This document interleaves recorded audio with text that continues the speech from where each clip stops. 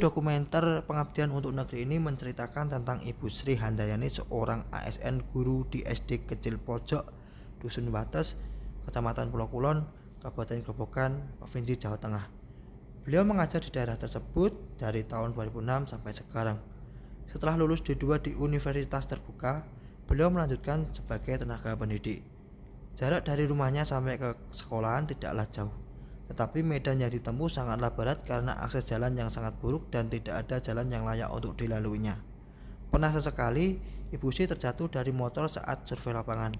Akan tetapi dia tidak patah semangat untuk memberikan ilmu kepada anak-anak di desa tersebut, supaya pendidikannya tidak kalah dengan lingkungan perkotaan, dan berharap kalau anak-anak yang beliau ajar bisa merubah dusun lebih baik lagi. Fasilitas sekolah dasarnya juga sangatlah terbatas dan kurang mendukung untuk melakukan kegiatan pembelajaran.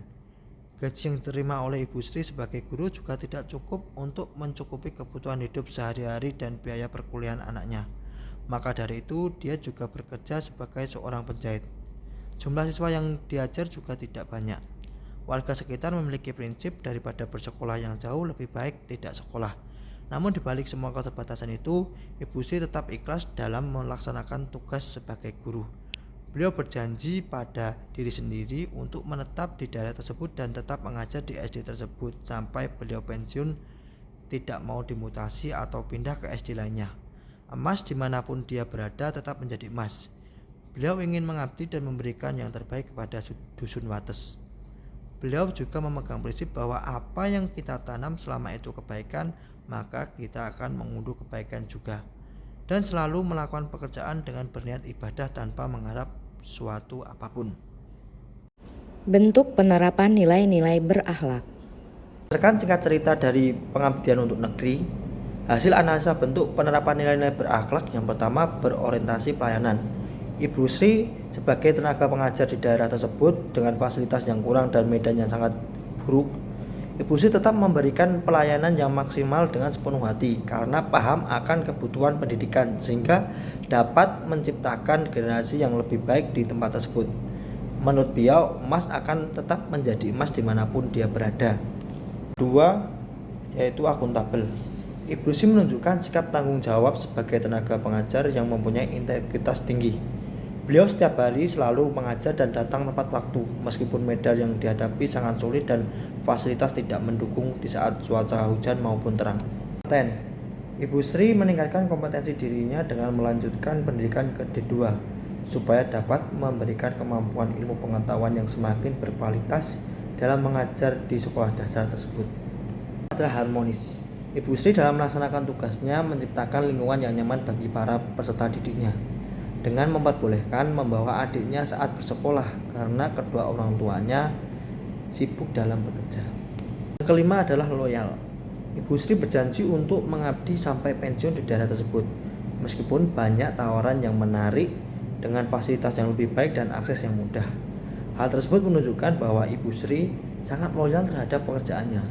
Beliau juga melakukan tugas di daerah tersebut sudah belasan tahun lamanya.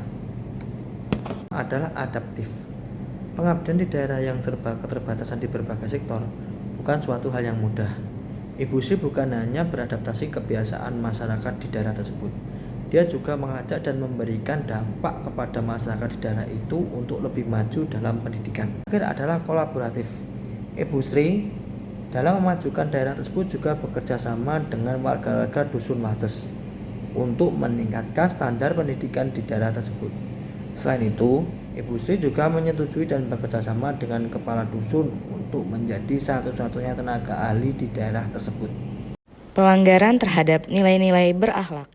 Pelanggaran yang saya lihat pada dasarnya bukan kepada Ibu Sri, tetapi kepada pemerintah setempat yang tidak membangun ulang atau renovasi sekolah tersebut.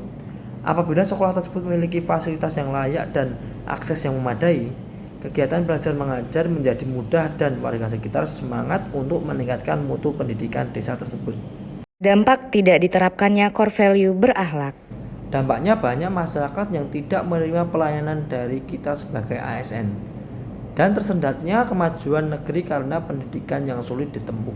Solusi atas permasalahan yang terjadi. Menurut kami, solusi yang tepat ialah dengan melakukan pengaduan kepada pemerintah setempat untuk melakukan pembangunan akses ke sekolah-sekolah terpencil dan menyesuaikan penghasilan pengajar yang berada di daerah terpencil. Konsekuensi dari penerapan solusi atas permasalahan. Apabila pengaduan tentang pembangunan akses sekolah tersebut didengar oleh pemerintah setempat, maka yang akan terjadi adalah efektifnya kegiatan belajar mengajar. Semakin banyak anak-anak setempat dan pengajar yang ingin ikut andil dalam kegiatan belajar dan mengajar ini. Sehingga hal itu membuat tercapainya tujuan bangsa, yaitu mencerdaskan kehidupan bangsa. Lalu solusi penyesuaian penghasilan pengajar atau ASN di daerah terpencil juga akan menjadi insentif bagi pengajar atau ASN di daerah tersebut untuk tetap semangat dalam memberi pelayanan kepada masyarakat.